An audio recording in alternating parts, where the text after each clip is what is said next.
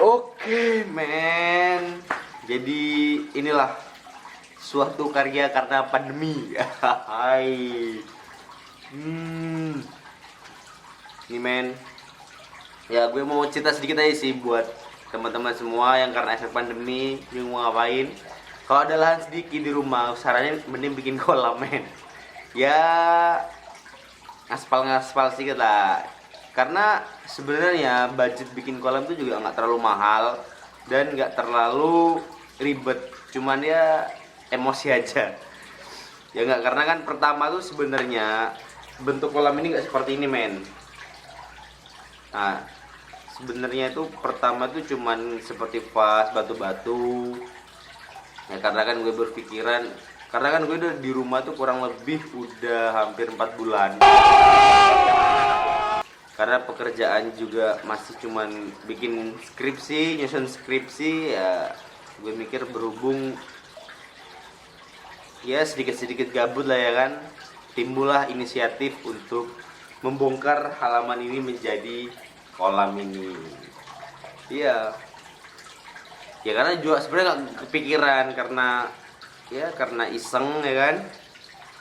Dan gue pikir-pikir bikin itu juga, bikin kolam juga nggak terlalu ribet, nggak terlalu makan biaya banyak.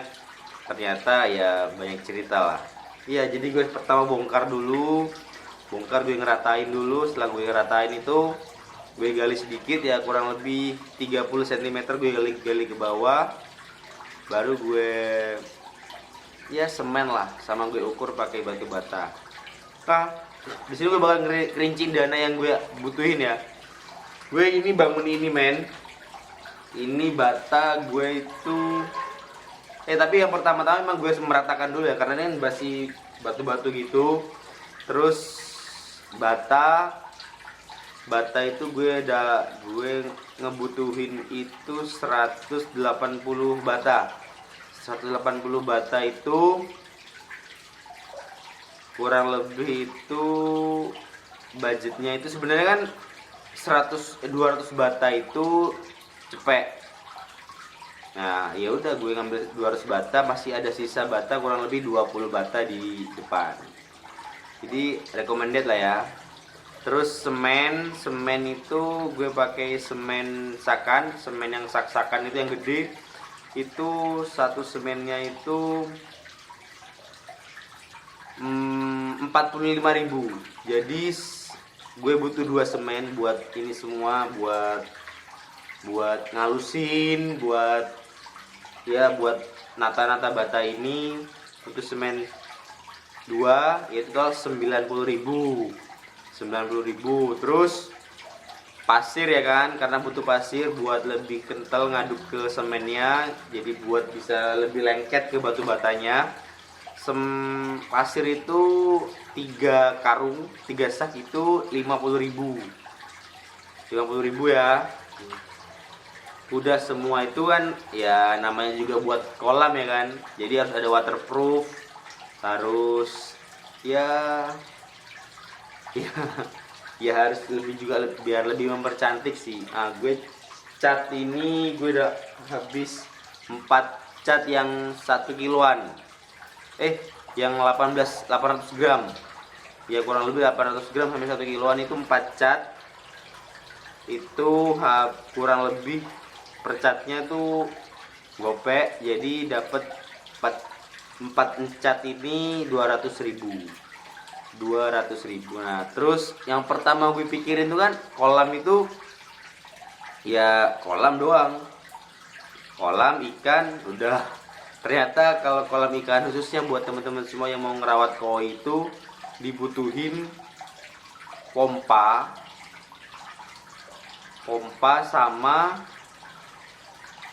sama filter ya kan, dibutuhin pompa sama filter. Nah, pompanya itu gue beli kapasitas yang lebih tinggi, tegangannya itu 220 volt. Itu harganya itu mahal sih. Karena gue baru tahu, jadi gue searching di all shop. Sebenarnya di all shop tuh lebih murah, men. Kalau emang lebih tertarik, bebas sih. Karena gue dapat di toko-toko terdekat dari rumah itu harganya 200.000, men. Mahalnya di situ sih. Itu mahalnya sebenarnya ada lah 150 pego sampai cepet tuh ada, cuman gue ambil yang tegangan lebih tinggi. Terus filternya itu kan sebenarnya harus ya, kalau koi itu kan pakai balok 3 balok itu, karena gue baru tahunya itu setelah ini jadi semua. Jadi gue akalin pakai filter tabung biasa, filter buatan sendiri. Ya harusnya pakai 2, cuman ya karena masih awal-awal ya gue bikin 1 dulu. Ntar baru kalau udah gede-gede kan ya udah mungkin nambah, atau mungkin desain awal buat nambahin di sekat-sekat sisi sini ya, itu baru lah. Sebenarnya yang susah itu ketika ada kebocoran atau rembes asli, karena gue ini kurang lebih udah hampir 3 kali ke atas ya ngalamin kebocoran. Nah, kalau udah teman-teman semua nih yang bingung cara ngetahuin rembesnya di mana, bocornya di mana, itu bisa pakai busa. Gabus itu ditaburin di air, udah tinggalin aja. Ntar bakal nempel-nempel situ, berarti di situ jadi kebocorannya. Jadi jangan hanya cek di kolam, cek juga di air mancurnya, karena juga berisiko buat kebocoran. Kalau udah semua nih, udah nggak ada bocor, isi tapi jangan langsung diisikan.